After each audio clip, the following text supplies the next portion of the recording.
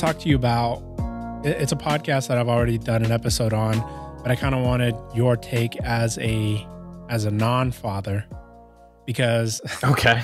Well, I feel like individuals who they're not parents yet have a different perspective, and maybe this is a sense of documenting that. Maybe your opinion might change when you decide when your little one comes to fruition. Take a review of it. So the podcast that I had done earlier, science. This is for science reasons, is about teaching your kids about loss and losing at games. Now, myself, I play for keeps. I don't really let my son win.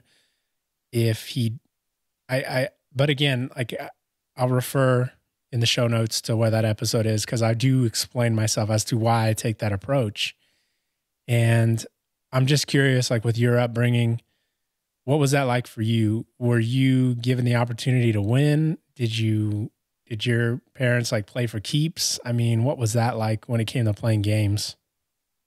Well, first, when you're talking about loss, I thought we were talking about something completely darker. So I'm glad that we were talking about winning and losing. No, I probably, I used the exact same phrase in my last podcast too. I probably should have changed that. Okay. I don't know. It was so long ago, right? Like, I don't really remember that. I don't really remember it affecting me.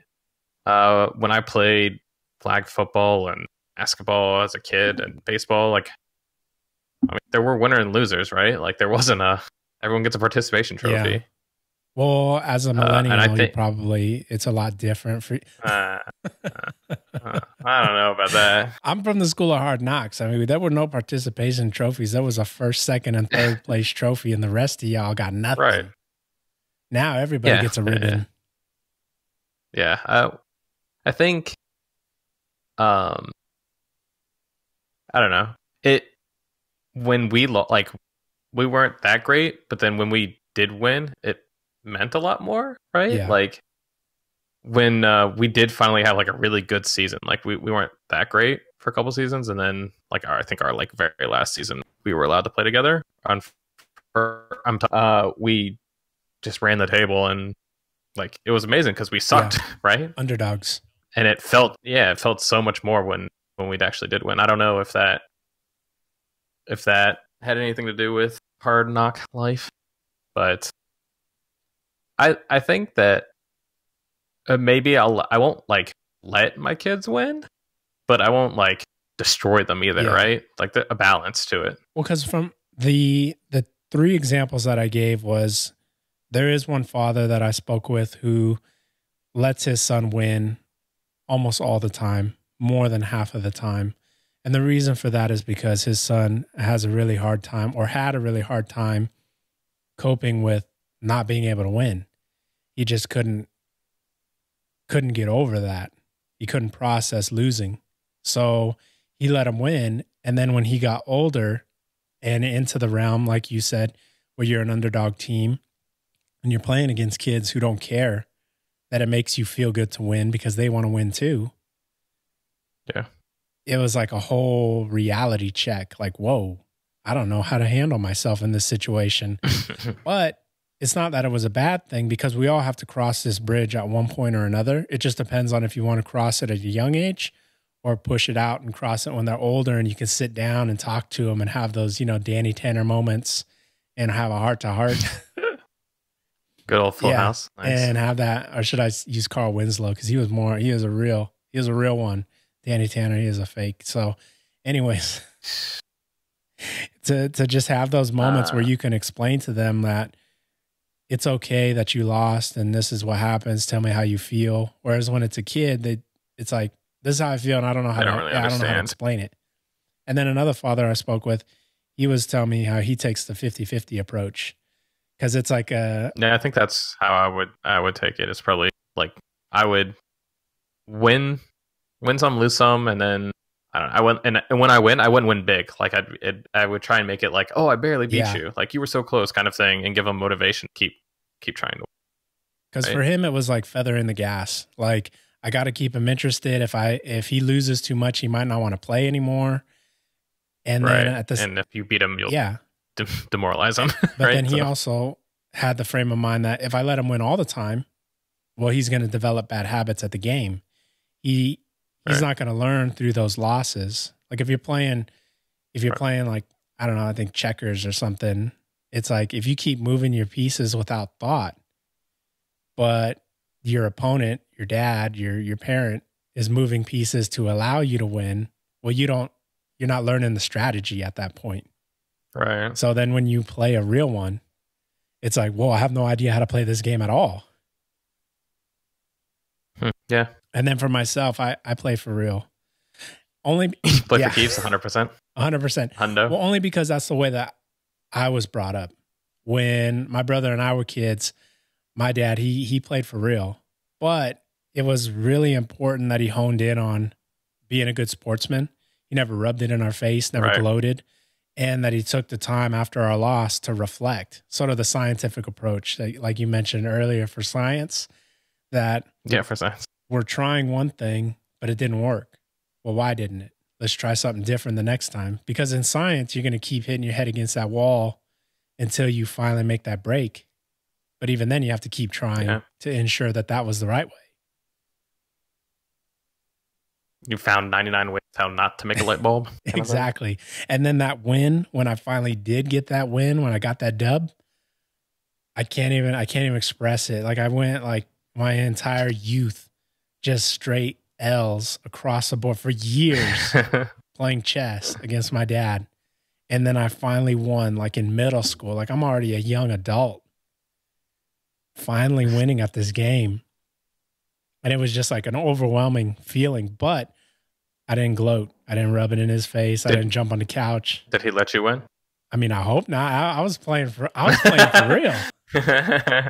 And it's like, I don't know. It's just one of those things like, but then tailoring it, you kind of have to figure out what's going to work. Because though it's the path that I'm taking now, it doesn't necessarily mean it's going to be the path that works.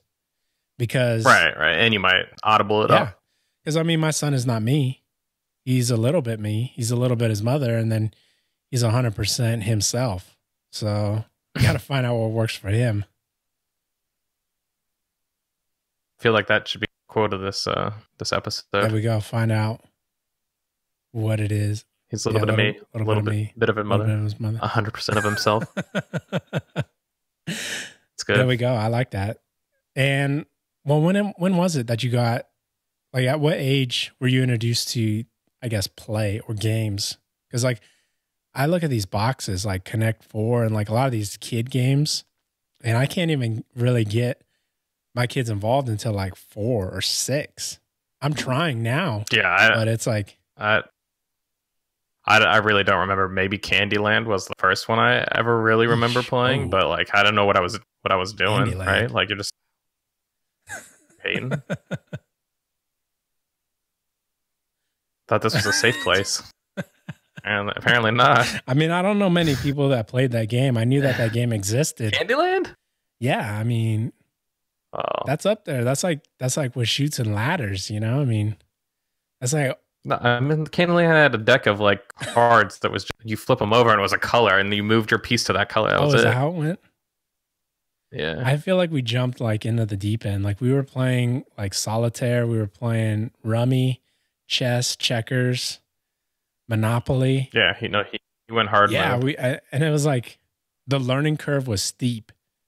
Like we never had Chutes and Ladders and like those games. They seem fun. I remember seeing the commercials.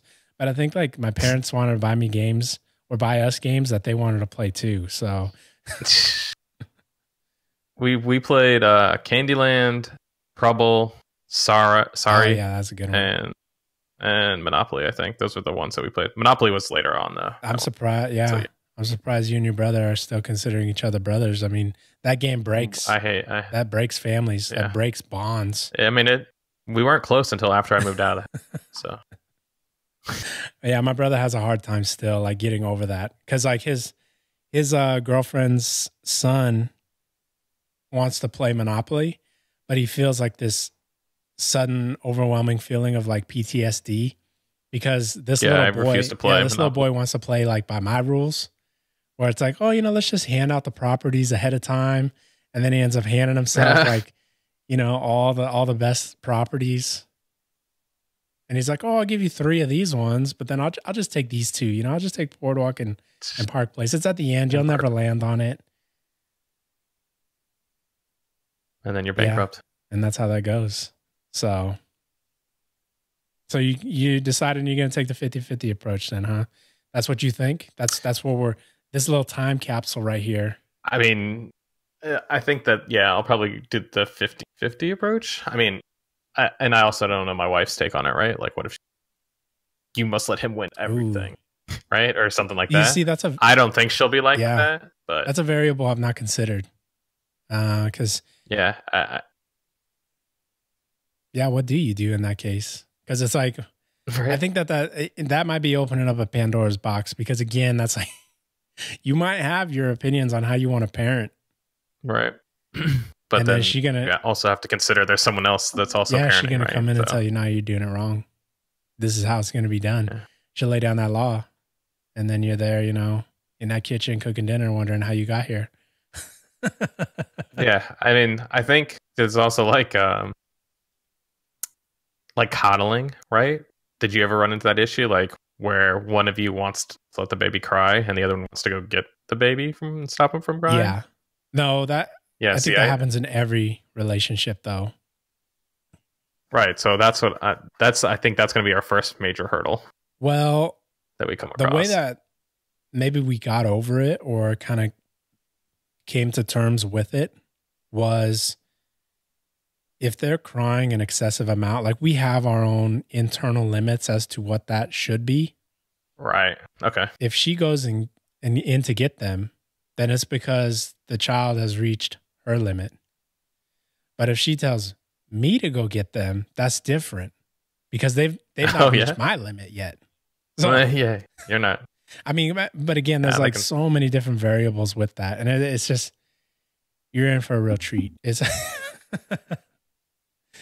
looking forward to it. It's going to be a fun time.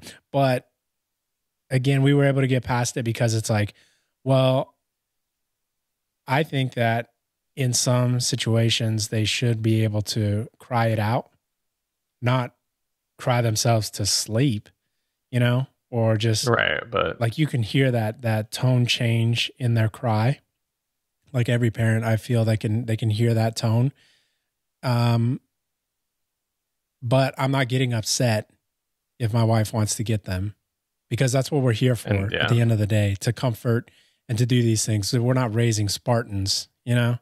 So yeah. I mean, you have yourself a little boy, you want him to grow up to be like Leonidas, then by all means, that boy, you know, sleep on the floor, cry himself to sleep, all these things, but he'll be hardened by that. You know, he'll learn from that.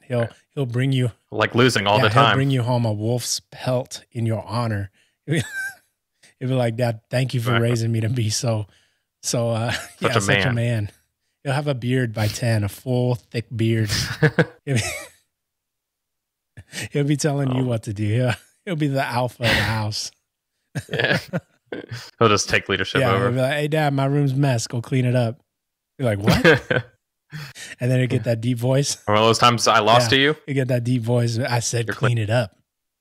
Be like, "Oh, okay, son, I'm gonna go clean that up then." But again, like, touching back on game. I'm winning and losing. Touching back on winning and losing and playing games. What is it that you are most excited about when it comes to, I mean, just in regards to sports? Playing. Like, when I was growing up, like, I don't know, I loved babysitting kids and, you know, just having fun and not caring. When I got to like 5 years ago, and then it started becoming like, oh, you might have kids. Then it was kind of like a little bit of a reality check. Like, do I really want kids that'll take up all my time right now? Or do I want to kind of enjoy this little free time that I have with, you know, video games, and spending time with my wife and going on vacations, stuff like that. So, but now I think that we're ready to move on from having free time and sucking it up. Yeah. So then, do you think you're going to be the type that has a baby jersey? No, I don't think so. But I do think, and I am hoping to be one of those, sports dads. But if he doesn't want to play sports, I'm not gonna. Yeah. Right. I'm not gonna be one of the crazy ones that are yelling at him and demand perfection. You're my ride to getting free house or whatever, right? Like, Yeah, that can definitely I'm just be gonna tough. let him do him. But I like that though. Like sort of having that foresight that you're not Yeah, going to be that way, or at least we all would hope that we don't become that parent. I know that there's a lot of parents that they sit in the crowd and they're talking trash, and that's somebody's kid they're talking trash about, and yeah, it's a rock and a hard place if that's your little one, you know. But at the same time, what a great feeling it's going to be, because I played basketball, I played football only for a little bit, not soccer or football. Football. American football, the old Okay. pigskin, you know, the old Yeah. gridiron. And, Yeah. but again, I never played hockey. I never played soccer. And these are sports, maybe not baseball, because I hear how expensive it is. And you're sitting there forever. So if he shows an interest in wanting to play baseball, I'll definitely go that route. But like games like soccer or hockey or basketball and all these other sports, even sports that I didn't have a chance to play, I would be interested to see how he does if he shows a desire to want to play those. Right. So like sometimes you don't have a choice. Like my dad was a big hockey Yeah. fan, but he's never played hockey, but he would watch it all the time. And when I watched hockey on TV and wanted to play, and my mom and my parents had split up, and he moved to Texas, and I was hanging out with my mom, but I was a fan of the Yeah. Capitals, Washington D.C.'s team, and so I was just I'd watch them all the time. And when I was 9 or 10, I was like, "Mom, I'm ready to play hockey. Let me go play." And it's super expensive sport to get into, and a single mom raising two kids, and Yeah. she's like, I mean, if you're still interested after a year and you want to do it, then yes, I'll let you play. But we're not just going to go play hockey because you just feel like it, and then you're going to drop it, and I've dropped like $1,000 on you to play hockey. Dude, was that like Actually about how play. much it is? Well, because you got to get the stick and then the pads and then the Right. So for me, right. Okay. So back then when I was little, it wasn't too bad. It's like, I don't know. I think it was a couple, like $100 or $200 for me to play on like the club house team. yeah, Right. And then you have to factor in, some of the gear, but I think my mom went pretty cheap for like the first season. She did like all played again sports, yeah, right? And all refurbished and used gear for the most part, which is fine because I was just a 10-year-old kid that wanted to play yeah. hockey, right? After I started getting serious and playing, and I was pretty good at it, then it starts ramping up in price where you're buying new gear and sticks cost 100 and some change and they break and Yeah. all this stuff. So So yeah, it's a little expensive. what's the most bang for the buck when it comes to that sport? Like, what are you going to purchase that doesn't necessarily Skates. Where's the diminishing That's gonna return be with that though? Because that has to be a difference between, you know, maybe I don't know how expensive they get, but say $100 pair and then a $300 pair. Right. I think it also depends on like how serious they are at it, Yeah. right? Like if they're going to private school and playing on a private team and looking to play juniors and actually try and, make it, then I would say you definitely want to buy the other pair of skates. Yeah. But if you're at just for example, me, and maybe this is a little different because I have my own money now. I just spent $350 on ice skates. I don't play serious, Yeah. but they're definitely a step up from where like just $100 skates. The entry level is $100 roughly. Okay. So, And yeah, I would say if you're just playing for fun and you're going to have them for 5-7 years, $350 is not that bad. yeah. Amortize it over. Because at least in a sport like basketball, I mean, the ball is $20. The most expensive And thing is probably the shoes. There's courts everywhere. There's courts everywhere. Most expensive thing is the shoes if you want like an NBA player's shoes. But you can be just as good in a pair of like what's Kmart brand, Payless like a shoes. Kmart brand shoes and Krebs Stars or Kirkland Right? tennies, versus a pair of Jordans. Like that doesn't change the game much. But when there's a mechanic involved, like skates and the way that it fits, maybe the weight of the skate. I don't know if like the difference in price is you get a lighter skate as well. Yep. It's how heavy the skate is, how or I guess how light the skate is, right? You want the lightest skate possible. The construction, how sturdy it is, because when you're blocking shots, you don't want to damage your actual ankle because it's super vulnerable. And just like the quality of it, and even now, like you can change out the blades on the bottom of them where you couldn't do that 10 years ago or whatever. So that's also nice. So skate construction then can consist of things like carbon fiber, I would imagine, in higher end skates. Right. And then you're talking about the sticks too. Then the stick technology has probably changed. I mean, if fiberglass, or are we talking just wood? Yeah. No. And are those things like fitted to you, or is it kind of like it's just a dummy length? You kind of the small, medium, large. Yeah, they have like senior and junior sizes, and then you can also get them cut down to fit your size if you're a little bit smaller. But there's flex on the stick, which means how bendable it is. I've seen some of those pictures on those sticks. It's like, whoa, it's swinging that thing hard. Yeah, they're super whippy. So like the lower the flex, the whippier it is, and hypothetically, like you can bend your stick more and harder. But it's also really like if you're like a heavier guy, you'll snap the stick before you can actually make use of it. So there's a balance of trying to find the right flex. There's flex. There's a bazillion different curves that you can get. Like just the way the curve is at the bottom, you can get a 1-piece stick or 2-piece sticks. So if you just break the blade, you get that replaced. So then, being that into the sport yourself, and talking hypothetical that your child decides that they're passionate about hockey as well, what's the over? They see me tearing it up in beer league. They're like, man, I'd love to play with them. What's the over under on you bringing that camcorder and reviewing videos and thinking, you know what, you need more flex in that stick, or let's look up in your skates, like maybe not being hard on them and hounding on them, but actually looking like, you know what, let's hype this up. Let's get you the gear you need. Oh, 100%. I'd be a hype man, and I'd spend way too much money. I already know, like that would be bad. But I mean, but that's also the fun part of it, right? Like he's actually showing interest in what I want to do. Yeah. So that's his benefit for him if he shows interest in football or whatever. Like I don't know anything about that. Like, I mean, I know the basics, right? But I've never played it other than flag football. That doesn't count. No, it doesn't. No, it doesn't. I couldn't really be like, oh, you should be doing this and this. But like, if he takes an interest in hockey, then I feel like that's where my strong suit would be. So I would definitely spoil him probably. It could be in a horseback riding too. I mean, then he could be looking in the.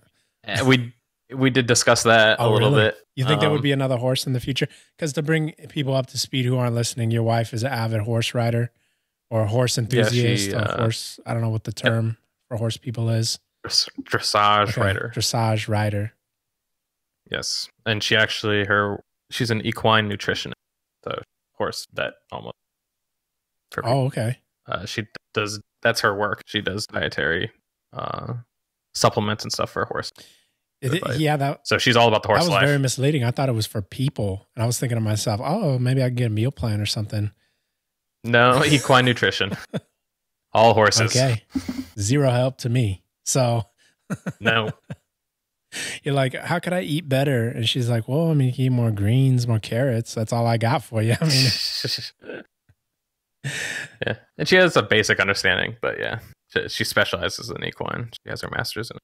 So then, would there be another horse in that future then? Because y'all have what, 2 or just 1? Technically, we have 3. Whoa. But we only have 2 here. One's in Germany now. Oh wow! It's out in the pasture, living its best life. But she's got 2 right now. And the plan was when she first moved here just to buy 1, and then when she gets the baby of the other one that's in Germany and gets it shipped over here, then she would get rid of the one that she bought, and then she'd just have one horse here, which is the baby of the other one. Okay. But we've gotten the baby, and we have both horses now. Yeah, it's funny how that happens. But I knew 100%. Yeah, I knew 100% she wasn't getting rid of the other one. That's just so what she told you, and you're I'd already yourself, accepted it. Yeah, sure. I think we both knew that she was lying, so it was okay. Man. She just gets too attached and can't resell when it comes to pets. But I'm pretty sure it's tough to get rid of gear too, even when it comes to hockey equipment and stuff like that. Yeah, I still have my old hockey skates and my old gloves right now. So you'd be dusting those off like that dad in Sandlot. When yeah. Dennis Leary. Was that? Oh, that's right. Man, I forgot about that. But anyways, we're gonna wrap this up. I know you got to get going.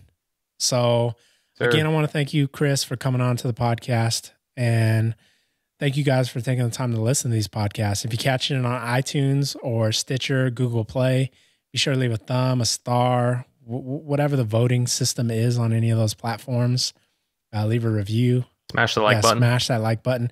If you're catching this on YouTube, the quality is a little bit different because apparently, per Chris's professional opinion, my computer is garbage. So whenever I'm doing I never said the word garbage. Just said you could probably use it better. Okay, so I'll, be sure to catch me on that Patreon then and support your boy in getting a new computer.